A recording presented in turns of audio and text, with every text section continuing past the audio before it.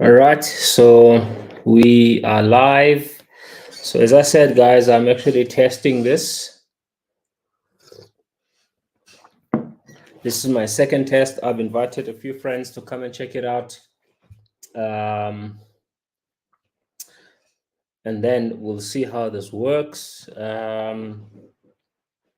Yeah, please do drop in the comments once you jump onto the live. Drop in the comments and say I am here. I just want to see who is here. So I want to tell you about my story, how I got involved into crypto. Well, into Bitcoin. This was back in 20. This was back in 20. Let me do this.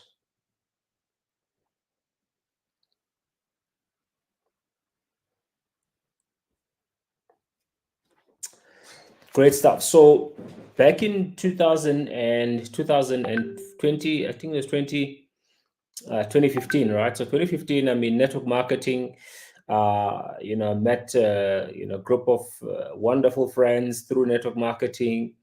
And, we started, just exploring different ways of how we can basically create wealth, how we can basically make money. And in exploring that, a friend of mine invited me to a conference. It was called the Wealth for You conference. So we go there. And in there, this guys, they're teaching about Forex, they're teaching gold, they're teaching about Bitcoin, they were talking about real estate. At the time, I'm running my own real estate business. So I didn't really worry about Bitcoin.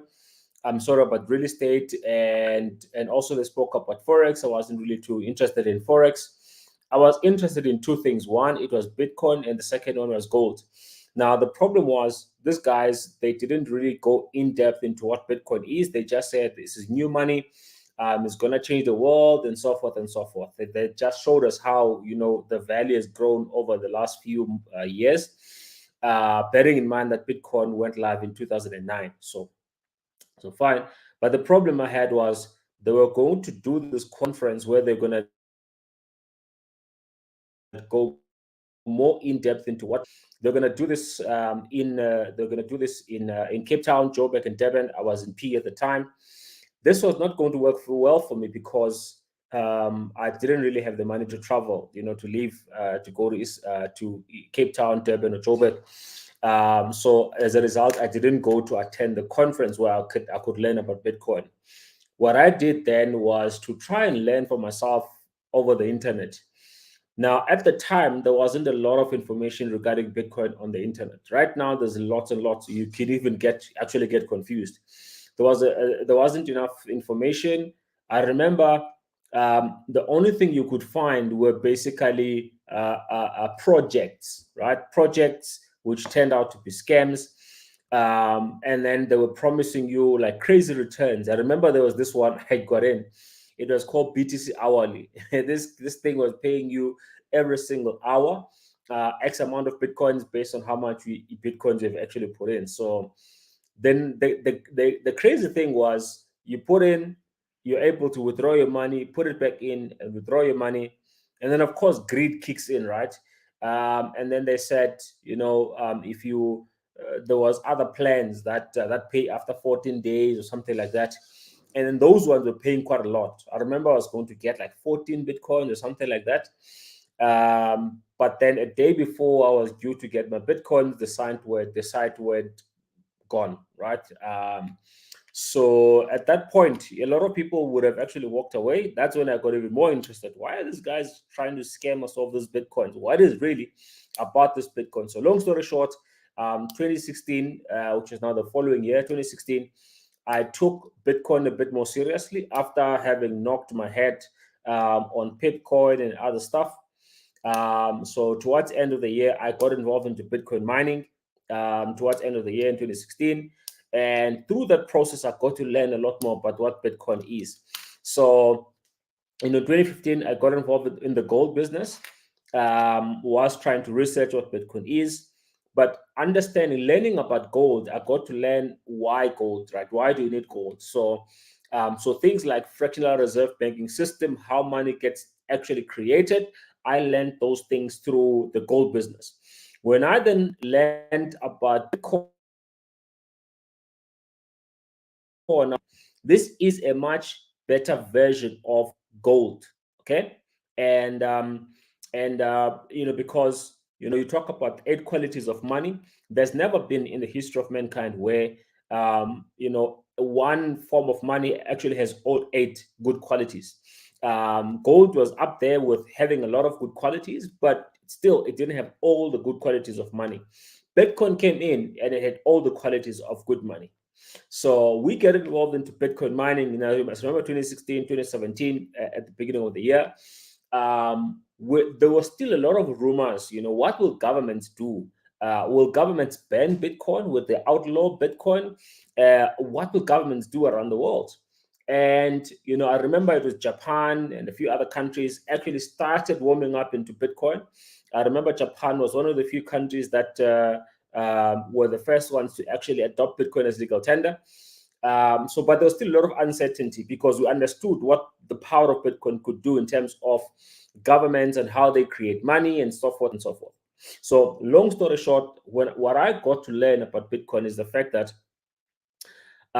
Bitcoin was the first ever monetary system. In fact, it was the first ever money. It's money, right? You can use it to buy stuff. In fact, there's a difference between currency and money, but we're not gonna go into that right now. That's what I cover in the course that we've got coming up. So Bitcoin is currency. Bitcoin is money, right? Those are two different things. Bitcoin is not just money and currency; it's also a payment system on its own. Not just a payment system on its own. It is also a monetary system on its own. With all the monetary policy written in code, and nothing and no one can change that, right? No one individuals, or group of people. It's the entire community that has got the power to change that, right? And it's been fascinating to see. One of the things I saw earlier on was the fact that behind the scenes, even right now, it's not as pronounced as you would think. But behind the scenes, there were lots of banks, big corporations who were investing in what I call the infrastructure of Bitcoin, right? So what's the infrastructure of Bitcoin? When we talk about infrastructure of Bitcoin, we're talking about all these companies. Remember, it's like you've got 2 different highways, right? You've got a highway for fiat, your rand, your dollar, British pound, the Chinese yen, and then you've got a highway for crypto, right? That's your Bitcoin and everything, around that, running sort of like parallel. So what then is the infrastructure of Bitcoin? It's simply companies or tools that are built that help to interact between these two. In other words, I'm in the fiat world, but I want to get into Bitcoin, right? Or I'm in the Bitcoin world, but I need fiat because fiat is better for what I wanted to do, whatever the case is, right? So the people who are then building those bridges between these two worlds, that will be your wallets, it will be your exchanges, it will be educational content, everything around that. So these big banks were actually, as early as 2012, started investing into the infrastructure of Bitcoin, right? Building the infrastructure, investing into these companies. There is a site called CoinDesk. So CoinDesk back in the day used to actually have a spreadsheet that shows that these particular companies have invested into this particular company, and this is what this company does. This is how much they invested. It was Series A, Series B, whatever the case is, right? It will show. So it was shocking to me that these people in public were actually saying Bitcoin is a scam, Bitcoin is not going to make it, Bitcoin is not going to do this and do that. But on the other hand, These guys were actually busy investing into Bitcoin startups, right? In other words, helping the infrastructure of Bitcoin to actually grow. So we knew that something was amiss here. In fact, in South Africa, a company called Old Mutual, which is a financial service company, insurer, investments, and all of that, they started investing into Bitcoin as early as 2017. So we discovered this information, and not a lot of people knew about it, but we knew where Bitcoin could potentially go because of that. I remember Tim Draper was one of the first venture capitalists to actually say, he's a billionaire, by the way. He was one of the first guys to actually say Bitcoin would get to $250,000. And everybody thought this was crazy because at the time, Bitcoin was roughly around $250. And this guy said Bitcoin would get to $250,000, right? I remember hearing another lady, just forget her name, or actually research her name. She was the chairperson of Fidelity Investment, right? This lady said, Bitcoin will actually be the global reserve currency of the world by the year 2038. And then she said, when that happens, Bitcoin will get to $1 billion for one Bitcoin. I know it sounds crazy, right? But you have to look at who's saying it, and what place in society are they in? What role are they playing in society? You realize that this person is in charge of one of the biggest financial institutions on the planet. She wouldn't get to that position being stupid, right? And she wouldn't just say anything in that position because everything she says actually holds a lot of water. So, over the last few years, a lot has been happening. We heard about the Bitcoin ETF, which eventually got approved. What does that mean, right? So, what does the ETF mean? It simply means that, institutions right now who were outside of Bitcoin, because I remember one of the big stories regarding financial institutions wanting to get involved in Bitcoin was one, is this really an asset? The government had to make a proclamation of what this thing is. That's why in South Africa, the FSCA came out and said Bitcoin is actually a financial asset. However, it's not, they don't want to call it a currency for so many different political reasons, but they say it's an asset, right? Bitcoin and other cryptocurrencies, which then allows big financial institutions to then create a product around this thing called crypto. Whether it's Bitcoin, Ethereum, whatever, now they can create a financial product that their customers can consume. Because a lot of people wouldn't really touch Bitcoin, wouldn't really touch crypto unless it was institutionalized, or unless it's coming from a trusted institution, right?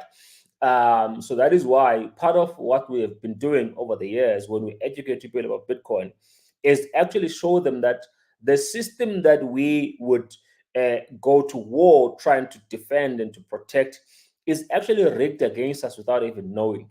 Okay. So again, this is what I'm gonna go very much deep into in the course that is coming up. But what I want to say is the fact that Bitcoin has proven itself more than, and I mean, I shared something. Maybe let me see if I can share my screen here.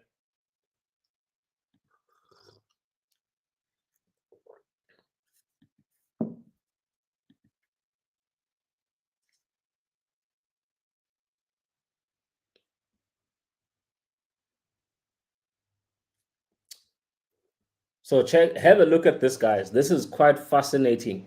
So a lot of people think that such a maybe a tinfoil hat. I mean, why am I advocating for Bitcoin like this? Whereas it's already 800,000 rands, it's already $42,000. Why am I still advocating for Bitcoin? Haven't we missed the gains in Bitcoin? Has it not reached maybe its maximum? Guys, I heard that in 2017 when Bitcoin was 11,000 rand. I heard the very same story, right? And when Bitcoin gets to $1 million for one Bitcoin, we are still gonna hear the same story. We're not too late, you must understand they did a poll in the UK many years ago, actually like 3-4 years ago, and they polled the millennials and they said, look, if you had money and you wanted to invest, would you rather invest into the stock market, into gold, or into crypto, right?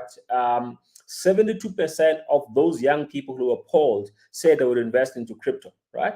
They did admit that they don't know enough about it. So as more and more education goes out there onto what Bitcoin is, what cryptocurrencies are, why do they exist, what problem are they to solve, how well are they doing solving that particular problem, what do you think is going to happen to those people when they start working, when they start businesses and they've got money?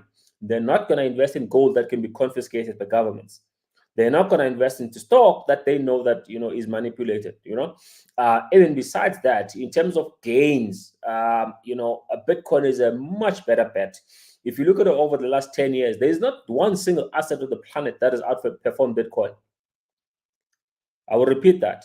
Over the last 10 years, there's not even one asset on the planet that has outperformed Bitcoin in terms of returns. It does not exist, right?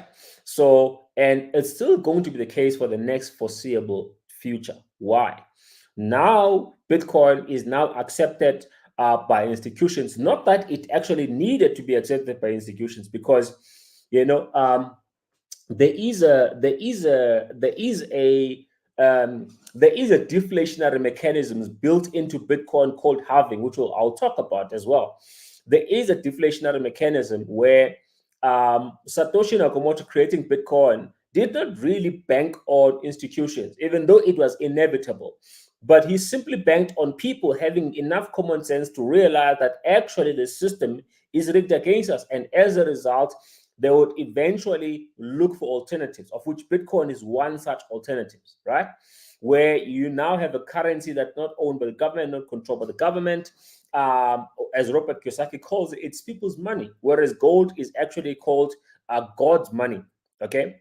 So if you look at over the last few years, 50% of all new cryptocurrencies, yes, some people might have made gains, but it has gone down, right?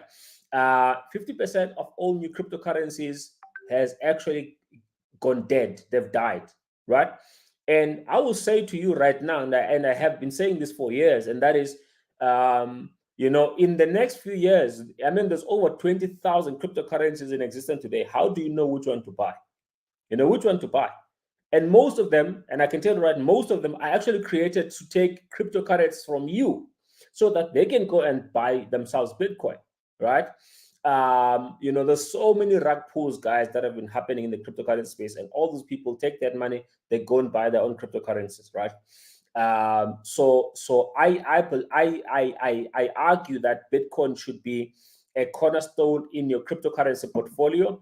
My personal view, at least 50%, because I mean, cryptocurrency as in general, yes, it's a risky asset class, but even though it's a risky asset class, other cryptocurrencies are more riskier than others. We know right now that there's institutions involved and so forth.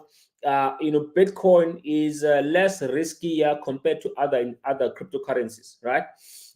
Because we know that every 4 years, the amount of Bitcoins coming into circulation is actually going down through this process called halving.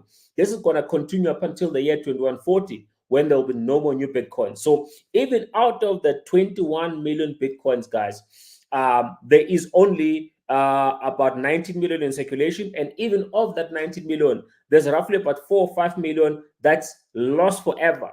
This is people who have their Bitcoins in hardware wallets or hard drives that they've never gained access to. Some people forgot passwords. We even have Satoshi's own Bitcoins that are out of circulation.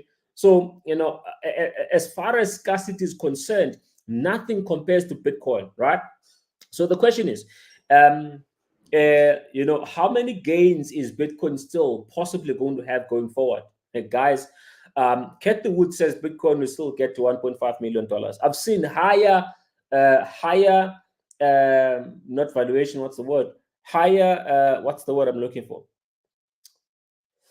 I've seen higher estimations of what the price of Bitcoin can be.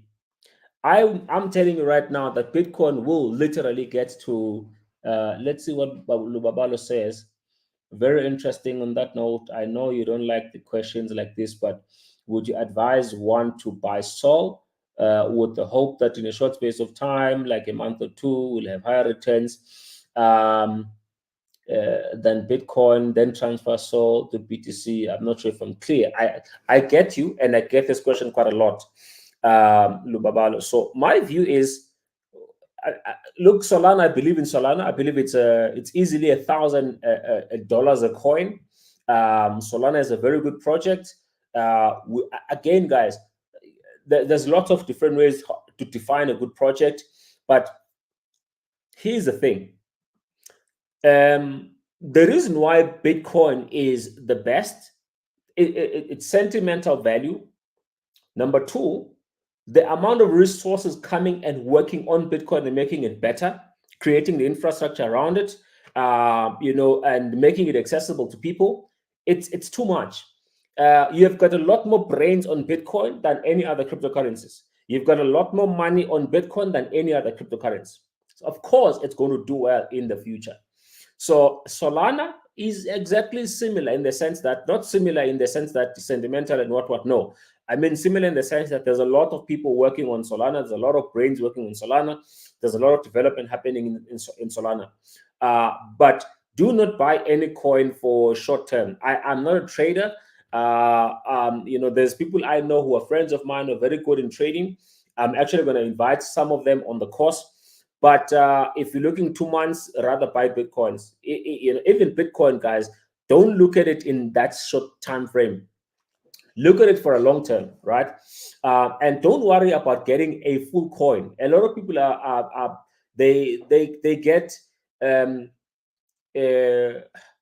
they get swayed into wanting a one full Bitcoin. Guys, it doesn't really matter.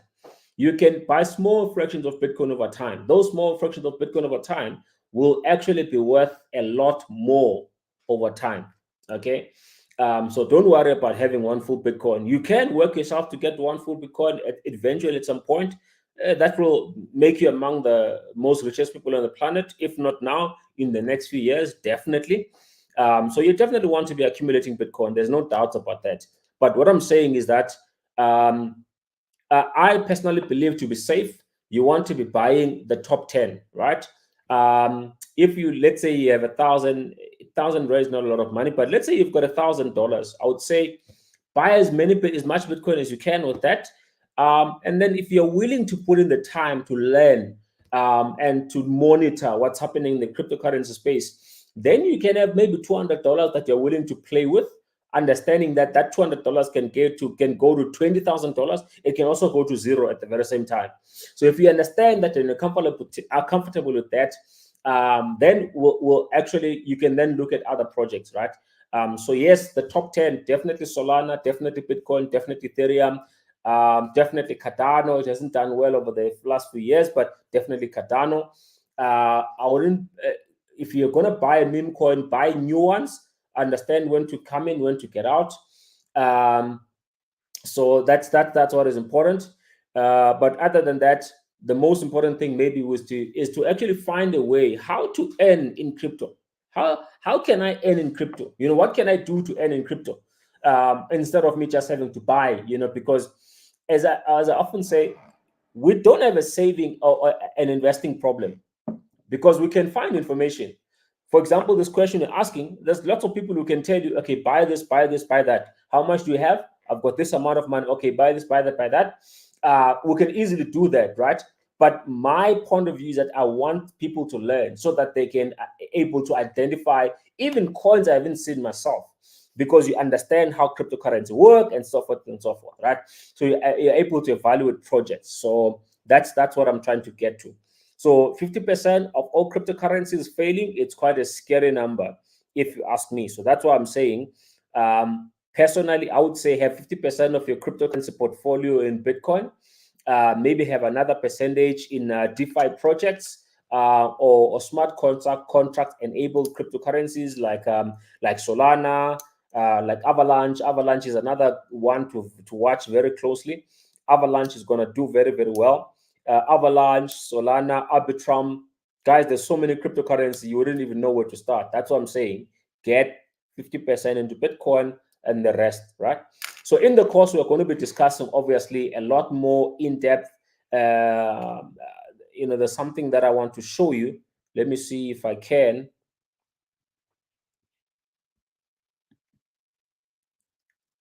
Okay. So this is what we're going to be discussing as well, right? Bitcoin halving, when we are teaching about Bitcoin, Um,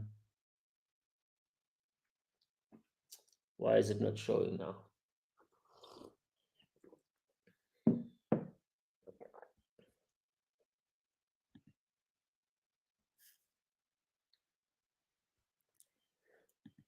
Okay, anyway, I'm not sure why it's not showing. Maybe it's still coming. Maybe there's a lag or something. But we're gonna talk about this, right? Why, if you want to get rich in crypto, like for sure, 100% sure, with any doubt, obviously, Bitcoin should be a cornerstone, right? Okay, I'm not sure why that's not sharing. It's okay. We'll sort it out. As I said, guys, I am busy testing this. Um, all right. So yeah, I think for me, guys, money is gonna come. Money is gonna come from big financial institutions into crypto, and into crypto, it's gonna go obviously into Bitcoin, then followed by Ethereum, followed by Solana, followed by maybe Ripple. I don't really like Ripple, but maybe Ripple as well. And other cryptocurrencies like Avalanche and so forth. So what we're also going to be doing in the course is that we're going to show you how to check where institutions are actually investing, right?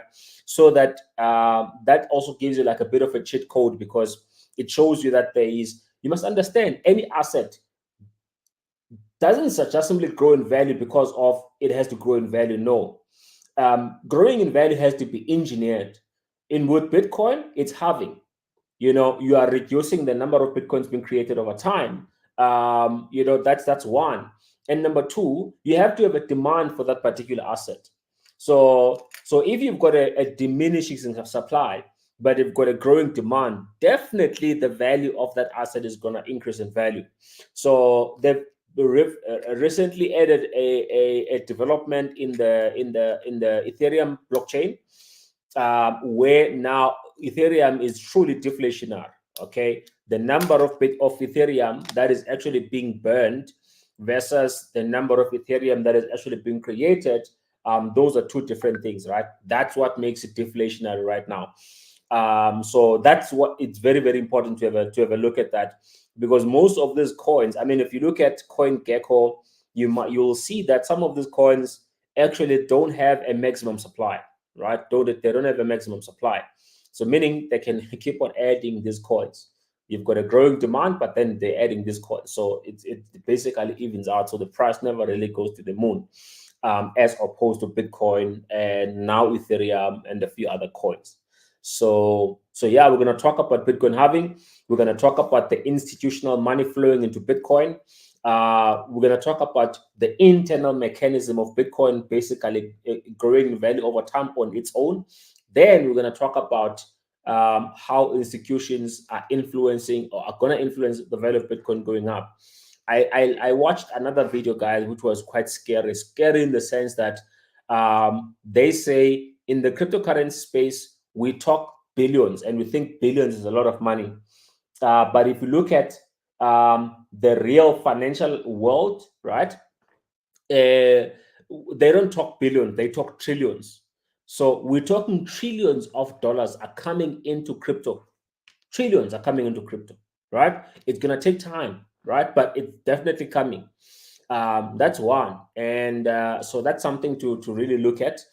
We need to know where those monies are basically are going to, because understanding where that money is going to actually helps you as well to better prepare on to what cryptocurrencies to buy and what to hold, because you know it's going to appreciate in value.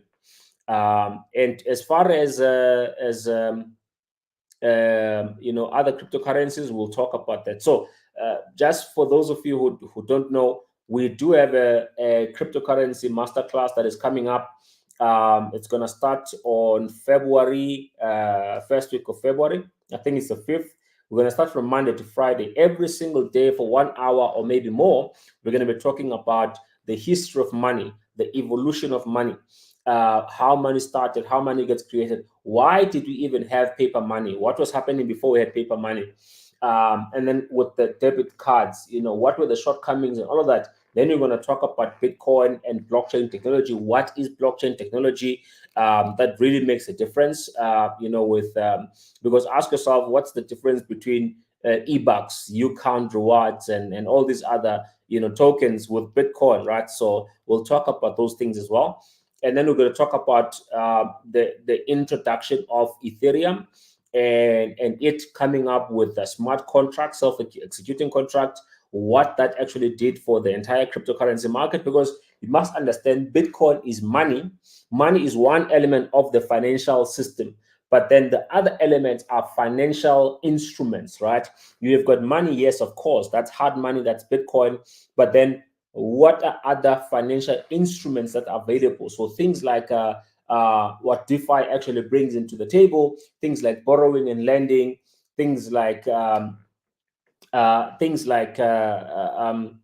insurance, things like I mean, there's a lot, guys, that we're going to talk about that decentralized finance brings into the table, right? But then here's another interesting thing.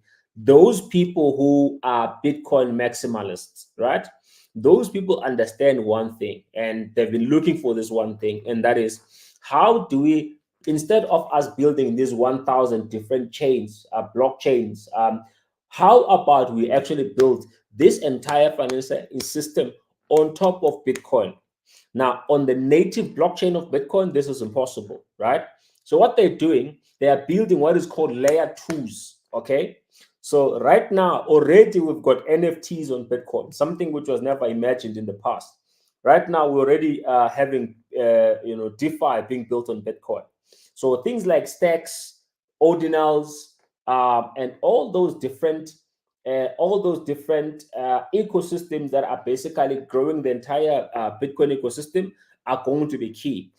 Personally, I'm going to be investing quite a lot on DeFi that's based on Bitcoin, and every other stuff that's basically based on Bitcoin. As I told you, because there's a lot more money going into Bitcoin than any other cryptocurrency, on the planet. So, guys, if you found value in this, let me know in the comments. If you want me to do more of this, let me know in the comments. You want me to share more, let me know what part of crypto you want me to cover in the future. Let me know in the comments. I want to do more of these more often, so that we can all be empowered regarding crypto. There's one thing that I believe, and that is, cryptocurrencies are the biggest cheat code for wealth creation of our generation. I'm going to say that again. Cryptocurrencies are the biggest cheat code for wealth creation for our generation. So we dare not not pay attention to crypto. We dare not pay attention to crypto. It's one thing we will live to regret. So that is why I often urge people, spend 30 minutes a day, an hour a day, learning about what this entire ecosystem is all about, positioning yourself. Guys, we're going to get to, in the course, we're going to talk about the top 5, maybe 6 or 7 ways to make money in crypto. Some of them require money, some of them don't require money. They just require you to have knowledge. So we're going to talk about all of those things, guys, and I'm going to show you how some of these crypto influencers have made money over the years, right? So I'm very, very excited to be sharing this kind of content with you guys. And of course, in the course itself, we are going to be launching a mentorship program. So right now, the course, I mean, think about it, the value you're going to get for 500 rands, guys, it's really way more than that. And I'll be honest with you, the reason why is that I want you to come and I want you to learn. And one thing about learning is that you realize the more you learn, the more you realize that the more you need to learn, right?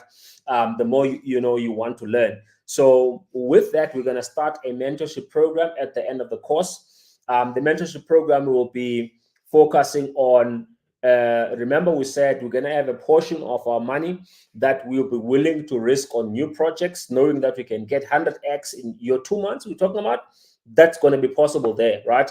Your 2 months, 3 months, those kind of time frames. So these are pre-sales, it's IDOs, IEOs, initial coin offerings. So those are things we're going to be looking at. But that's information that we're going to be sharing in the mentorship group. Okay. So I haven't spoken about it on the WhatsApp group, so you guys are the first time to hear about it. And in that course, in that mentorship, as I said, I'm not a trader. I've got very good friends who are very good traders who trade for a living. I'm actually going to solicit their help to come and teach us about trading, right? So that for those of us who want to focus on trading cryptocurrencies can come and learn, right? So he's going to be doing a 5-day bootcamp about trading. That's one. And then number two, we are then going to have him give signals every week or so, that we can trade. He's going to do a live market analysis on different cryptocurrencies and so forth. That is going to be very, very helpful, guys. So I hope you found value in this, and definitely know that you're going to find value in the course, and I know you'll find value in the mentorship, guys. I said to a few young guys, I said, if I was young, I had little to no responsibilities, I would leave everything and I'll focus on crypto. And we're going to talk about what I meant, in the course as well, in terms of what people can do to earn a living in this thing, and definitely change their lives within the next 3 years. Guys, it's possible. If you've never thought yourself a millionaire, it's possible to be a millionaire through crypto in 3 years or less, but we're going to talk about those things. So thank you very much, guys, for your participation. Most importantly, Mr. Lubabalo, I really appreciate your participation, my brother. God bless you. And I'm going to stop and the stream, and we're going to take it from there, guys. Have yourself a great day further. Happy learning.